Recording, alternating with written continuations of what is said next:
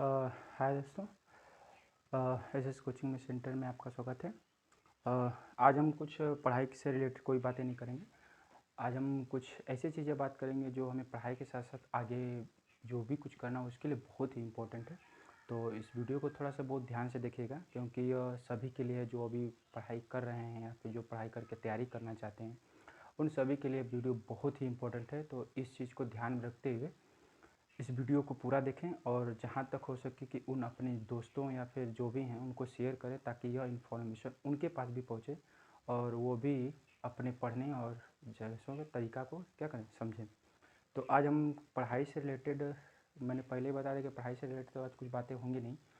मैं उन पढ़ाई के साथ साथ जो हमें और भी चीज़ों को ध्यान रखना चाहिए, जैसे हमें पढ़ाई कैसे करना चाहिए, हमें क्या करना चाहिए ताकि लंबे समय तक चीज़ों को याद रहें।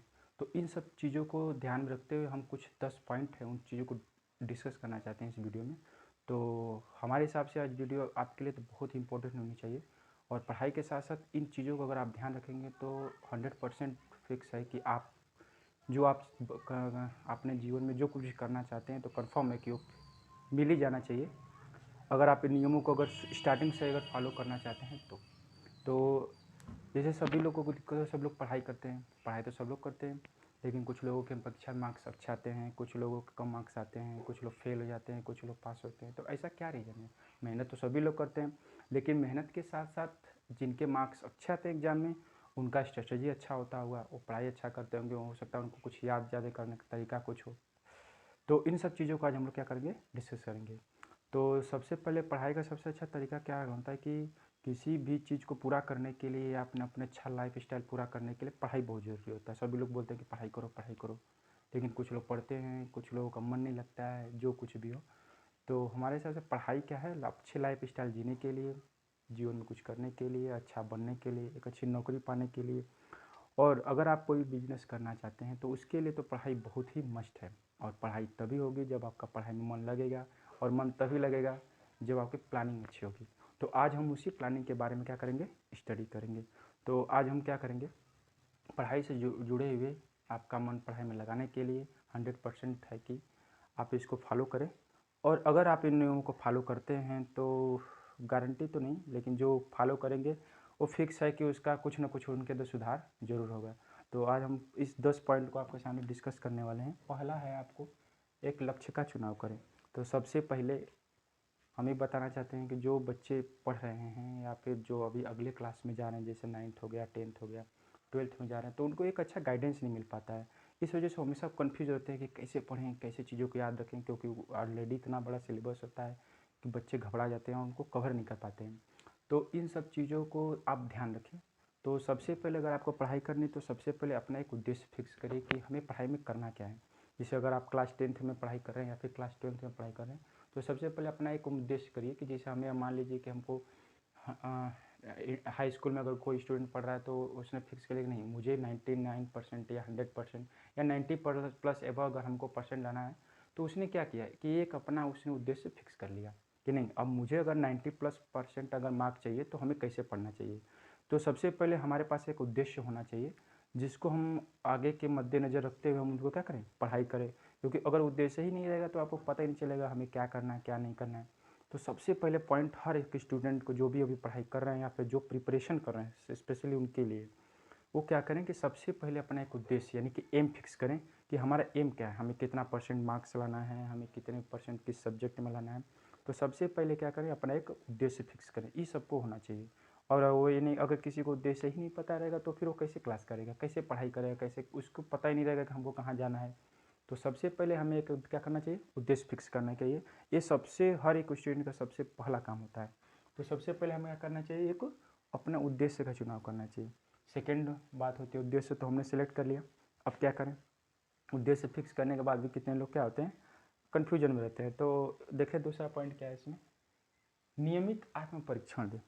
उद्देश्य तो हो गया, स्कूल भी जाने लगे, सब कुछ करने लगे, तो सबसे पहले हमें क्या करना चाहिए, उद्देश्य के साथ साथ हमें अपने उस उद्देश्य को पाने के लिए डेली, प्रतिदिन क्या करना चाहिए, अभ्यास करना चाहिए।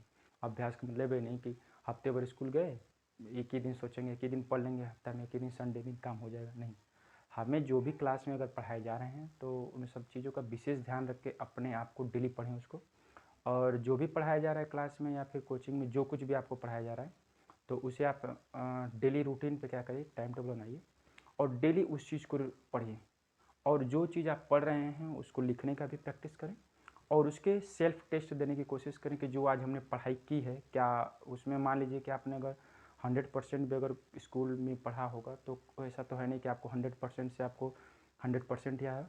तो वो भी क्या करिए, उसको पढ़े, घर पे आए उसको मेमोराइज करिए और पढ़ने के साथ साथ अपना सेल्फ टेस्ट डेली रूटीन बना लीजिए कि अगर आज हमने इतना इस सब्जेक्ट को पढ़ा है तो आज मुझे टेस्ट देना ही देना है, चाहे कुछ भी हो जाए।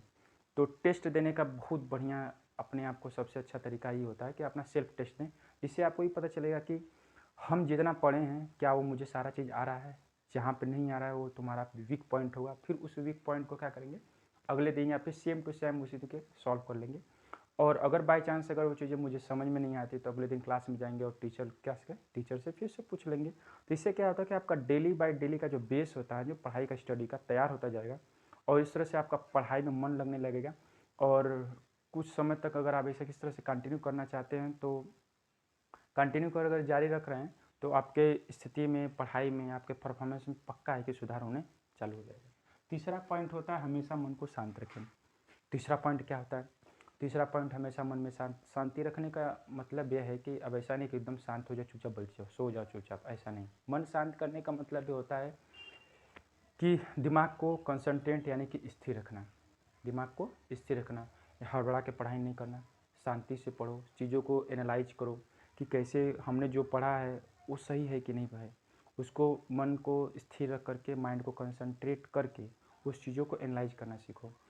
जैसे एक साइंटिस्ट लोगों ने रिसर्च किया था कि रिसर्च के दौरान जिन लोगों का मन शांत होता है उनको, और जो जल्दबाजी में जो कुछ भी जो पढ़ते हैं उनकी अपेक्षा में उनका दिमाग 4 गुना तेज़ होता है। यानी कि 4 गुना तेज़ उनकी क्या होती है, याद करने की क्षमता बढ़ जाती है। जिन लोगों का दिमाग क्या होता है, शांत होता है। तो सबसे पहली बात हमने पढ़ा कि एक लक्ष्य का चुनाव करें, सेल्फ टेस्ट दें। फिर तीसरा है हमेशा मन को क्या करें, शांत रखें। इतना काम कर लिए, फिर उसके बाद आता है हमारा 5वां number, time table. Time table बहुत इंपॉर्टेंट है किसी भी काम को करने के लिए प्लानिंग बनाई जाती है और हमारी पढ़ाई में भी एक क्या आती है, प्लानिंग होनी चाहिए कि हमें कैसे पढ़ना चाहिए, कब क्या करना चाहिए। तो अगर किसी काम की अगर प्लानिंग नहीं रहेगा तो 1 या 2 दिन आप फॉलो करेंगे, फिर उसके बाद क्या होता है, डैमेज हो जाता है। तो इसलिए किसी चीज़ को कंटिन्यू करने के लिए, उस लक्ष्य को प्राप्त करने के लिए जो आपने पहले पॉइंट पे किया था उसको प्राप्त यानी अचीव करने के लिए हमें क्या करना चाहिए, नियमित यानी कि डेली टाइप में प्लान होना चाहिए कि इस टाइम टेबल पर मुझे करना है, इस टाइम पे मुझे उठना है, सुबह उठकर पढ़ाई करना है, कोचिंग जाना है, स्कूल जाना है। ये आपका क्या होना चाहिए, टाइम क्या होना चाहिए, फिक्स होना चाहिए। तो टाइम टेबल होना ज़रूरी है क्योंकि टाइम टेबल से ही आगे हमारा पूरा साल बीतना है। अगर टाइम टेबल अगर नहीं रहेगा तो 1-2 दिन, 3 दिन, 4 दिन जाएंगे, फिर अरे मन करेगा छोड़ो जान दो, कैसे कौन करेगा। लेकिन अगर आपके सामने उद्देश्य, टाइम टेबल अगर आपके सामने अगर है तो उसको आप डेली देखेंगे और डेली उसको क्या करेंगे, फॉलो करते रहेंगे। तो टाइम टेबल आप हो सके तो सभी स्टूडेंट क्या करें, बना लें ज़रूर और बनाने की कोशिश करें। और टाइम टेबल क्या करें, अपने टाइम के अकॉर्डिंग बनाएं। ऐसा नहीं कि हमने वैसा टाइम टेबल बना दिया जिसको हम फॉलो ही नहीं कर पाएँ। तो टाइम टेबल हमारा ऐसा होना चाहिए जो हमारे समय के अनुरूप हो, जो हमें कंफर्टेबल लगे, जिस टाइम में हम पढ़ सकें, जिस टाइम में हम रिवीजन कर सकें, जिस टाइम में हमें कोचिंग जा सकें, जिस टाइम में हमें स्कूल जा सकें। इन सब चीज़ों को समराइज करके हमें क्या बनाना चाहिए, एक टाइम टेबल बनना चाहिए। और टाइम टेबल याद रहे कि टाइम टेबल बनाएं और उसको धीरे धीरे फॉलो करने को, ऐसा नहीं कि एक ही दिन में बैठे सब हो, नहीं, धीरे धीरे अपने उसको रूटीन बनाइए ताकि वो आगे जाकर वो आपका टाइम टेबल खुद टाइम टेबल बन जाए, वो आपका टाइम टेबल बन जाए। न कि पन्ना पे, पेज पे लिख करके स्टिकर चिपका दिया और टाइम टेबल दीवार का ही हो गया, नहीं, तुम्हारा टाइम टेबल होना चाहिए, ठीक है। तो उसके बाद हम लोग क्या करेंगे, क्लास डिस्कशन। सबसे बड़ी बात ये होती है कि हमने तो पढ़ाई तो कर लेते हैं, पढ़ाई करने के बाद कुछ चीज़ें हमें समझ में आती हैं, कुछ चीज़ें नहीं समझ में आती हैं, तो हमें क्या करना चाहिए, क्लास में डिस्कशन करना चाहिए। क्लास में डिस्कशन करने से फ़ायदा ये होता है कि जैसे हमें कोई पॉइंट समझ में नहीं आया, क्लास में गए, क्लास में डिस्कशन करने का मतलब ये होता है कि तुमने जो चीज़ें उस दिन पढ़ी थी, रात्रि में जाके तुमने, नाइट में तुमने घर पे ज़रूर पढ़ा हुआ, तभी अगले दिन आकर तुम क्लास ग्रुप में डिस्कशन कर रहे हो। तो क्लास में डिस्कशन करने के फ़ायदे होते हैं कि पहली बात तो तुम्हारा कंसेप्ट क्लियर होता है। कंसेप्ट क्लियर के साथ साथ जो स्टूडेंट जिन छात्रों को उस समय नहीं क्लास में समझ आएगा वो उस बातों को ध्यान देंगे और उनको ऐसा लगेगा अरे नहीं ये बात ज़रूरी है, इम्पोर्टेंट है, तभी ये लड़का उठा होगा और उसने इस चीज़ को पूछा होगा। तो इससे क्या होता है कि ग्रुप में डिस्कशन में भाग लेने से आपको क्या होगा कि आपके कॉन्सेप्ट क्लियर होंगे और साथ साथ में आपकी जो प्रॉब्लम है उसको भी अगले दिन आपको सॉल्यूशन मिल जाएगा। तो दो चीज़ें हो जाएंगी और इससे क्या होगा कि डेली बाय डेली आप इस चीज़ को करते रहेंगे तो आप सेल्फ मोटिवेट होते रहेंगे और जब आप सेल्फ मोटिवेट होते रहेंगे तो आपको पढ़ाई में मन 100% लगना चालू हो जाएगा, क्योंकि आपका दिमाग धीरे धीरे उसी रूटीन में आना चालू हो गया। तो ग्रुप डिस्कशन में सभी लोगों को भाग लेना चाहिए और अपने प्रतिदिन एक प्रॉब्लम को जो पढ़ाई करो उस प्रॉब्लम को पॉइंट आउट करो और अगले दिन क्लास में डिस्कशन करना प्रारंभ करो, स्टार्ट कर दो। फिर उसके बाद आता है पढ़ाई के दौरान थोड़ा रेस्ट लें। अब ऐसा तो है नहीं कि टाइम टेबल तो बना लिया, टाइम टेबल के दिन रात पढ़ाई कर रहे हैं, ये गलत बात है। पढ़ाई के साथ साथ हमें क्या करना चाहिए कि हमें रेस्ट लेना चाहिए, क्योंकि हमारा ह्यूमन ही माइंड है। तो काम अगर वो पढ़ाई कर रहे हैं, दिमाग पे जोर पड़ रहा है तो दिमाग को काम करते करते क्या करना, रेस्ट चाहिए। जैसे अगर बाइक चला रहे, कंटिन्यू बाइक चला रहे हैं तो बाइक क्या होती है, गर्म हो जाती है और गर्म हो जाने के बाद बाइक क्या होती है, अपने ऑटोमेटिक बंद हो जाती है। तो क्या चाहिए, वो काम तो भी कर रहा है, उसको रेस्ट चाहिए। तो इसी तरह हमारा दिमाग भी क्या है, एक मशीन है, उसको भी काम कर रहा है तो कुछ समय तक काम कर, उसको भी रेस्ट दे। तो दिमाग हैंग हो जाएगा, फिर तुम परेशान हो जाओगे, फिर पढ़ाई से करे छोड़ो हटाओ, हमको नहीं समझ में आ रहा है। इसलिए पढ़ाई में ब्रेक देकर पढ़ाई करें, पढ़ाई में ब्रेक दें और हो सके तो 1 घंटे के बाद 5 मिनट 10 मिनट का ब्रेक लेकर ही पढ़ाई क्या करना है, चालू करें। ठीक है, तो ये हमेशा याद ध्यान रखना चाहिए कि हमें पढ़ाई के साथ साथ ब्रेक भी लेना क्या है, ज़रूरी है। और अगला पॉइंट है हमारा, पढ़ाई को बोझ बनाना। सभी छात्रों के साथ ऐसा होता है, 100 में 90% ऐसे होते हैं छात्र जो कि पढ़ाई को बोझ समझते हैं, पढ़ाई में मन नहीं लगता, किसी को ज़बरदस्ती पढ़ना जाता है। छोटे छोटे बच्चों को देख तो कैसे उठा के ले जाते हैं सब, तो यानी कि पढ़ाई क्या होता है, एक बोझ लोग समझने, तो इसलिए उनको पढ़ाई में मन हट जाता है। तो 100 में 10 ही 15 लोग ऐसे होते हैं जो इंटरेस्ट से पढ़ाई करते हैं। तो इसलिए अगर आप अगर इस पढ़ाई को बोझ समझ रहे हैं तो उसको आप दिमाग से हटा दीजिए। पढ़ाई को इंटरेस्ट के साथ, रियलिटी के साथ इसको पढ़ने की कोशिश करें। अगर बोझ समझें तो ऐसा लगेगा अरे यार सर पे बोझा हो गया, कब उतर जाए, नहीं। पढ़ाई को बोझ समझना बहुत बड़ी गलती है। अगर आप इन चीज़ों को पहले नंबर से अगर आप फॉलो करना चालू कर दिए तो ये 100% है कि आप पढ़ाई को बोझ नहीं समझेंगे। अगर आपको पढ़ाई बोझ लग रहा है तो उसके लिए क्या करें, हमारा 5वां पॉइंट है, 4th नंबर, मन को शांत रखने की कोशिश करें। आप मन को शांत रखने के लिए कैसे करें, पढ़ाई को धीरे धीरे चालू करें, पढ़ाई को धीरे धीरे स्टार्ट करें। डेली स्कूल जाएँ, पढ़ाई में मन नहीं लग रहा है कोई बात नहीं, डेली स्कूल जाइए। डेली स्कूल से जाने से क्या होता है कि पढ़ने की धीरे धीरे हमको क्या आती है, आदत बनने लगती है। और जब पढ़ने की आदत बन जाएगी तो आप जाहिर सी बात है कि ऑटोमेटिक पढ़ना चालू कर देंगे। और आप एक अच्छे लड़कों का साथ पकड़ें जो पढ़ते हों, उनके साथ रहेंगे तो आपका भी क्या होगा, हैबिट वैसा ही बनते जाएगा। जिन लोगों को लग रहा है कि पढ़ाई में मुझे बोझ लग रहा है तो अपने दोस्ती को बदलो और अच्छे लोगों के साथ ज्वाइन करो, जिनका पढ़ने में मन लग रहा हो, जो अच्छे लग रहे हों उनके साथ ज्वाइन कर लें। तो धीरे धीरे आपका रूटीन क्या हो जाएगा, चेंज हो जाएगा। फिर उसके बाद हमारा होता है माइंड को कंसंट्रेट रखना। सबसे बड़ी बात होती है माइंड को कंसंट्रेट करना। हम अपने दिमाग को एक जगह कैसे स्थिर रखें। अभी हम कुछ पढ़ाई किए, कुछ लोग आए मुझे डिस्टर्ब किए, उधर चले गए, खेलने कूदने चले गए, ये गलत बात है। इससे क्या होता है कि हमारा माइंड 1-2 मिनट तक कंसंट्रेट होता है, उसके बाद गायब। तो अगर लंबे समय तक पढ़ाई करना है, उसको अच्छे तरीके से याद करना है, समझना है, तो सबसे पहले हमें अपने माइंड को क्या करना चाहिए, कंसंट्रेट करना चाहिए। कंसंट्रेट का मतलब होता है एकाग्रचित करना। और सबसे बड़ी गुण यही होता है एक स्टूडेंट लाइफ में कि अपने मन को एकाग्रचित करना। तो मन को एकाग्रचित कैसे करना चाहिए, इसका तो बहुत बहुत बड़ी चीज़ नहीं है, आप आराम से कर सकते हैं। सुबह उठिए और ब्रश किए और करने के बाद 5 या 10 मिनट तक प्राणायाम कीजिए और उस प्राणायाम के दौरान एकदम मन को शांत रख के प्राणायाम करिए।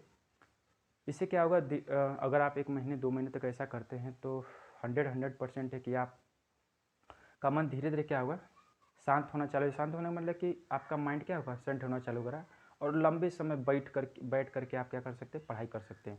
अभी 2-4 मिनट पढ़े चले, फिर कहीं चले गए, फिर कोई मोबाइल टच करना चालू कर दे, कहीं टीवी देखना चालू कर दे। इससे क्या होता है ना कि आपका पढ़ाई के प्रति मन हटता जाएगा और आप उन चीज़ों पे ज़्यादा व्यस्त होना चालू हो जाएँ। तो इस तरह से क्या करें कि आप जब पढ़ाई करें तो उस समय इन सब चीज़ों से क्या रहें, दूर रहें और हो सके तो बिल्कुल ही दूर रहें और उससे दूर ही रहें।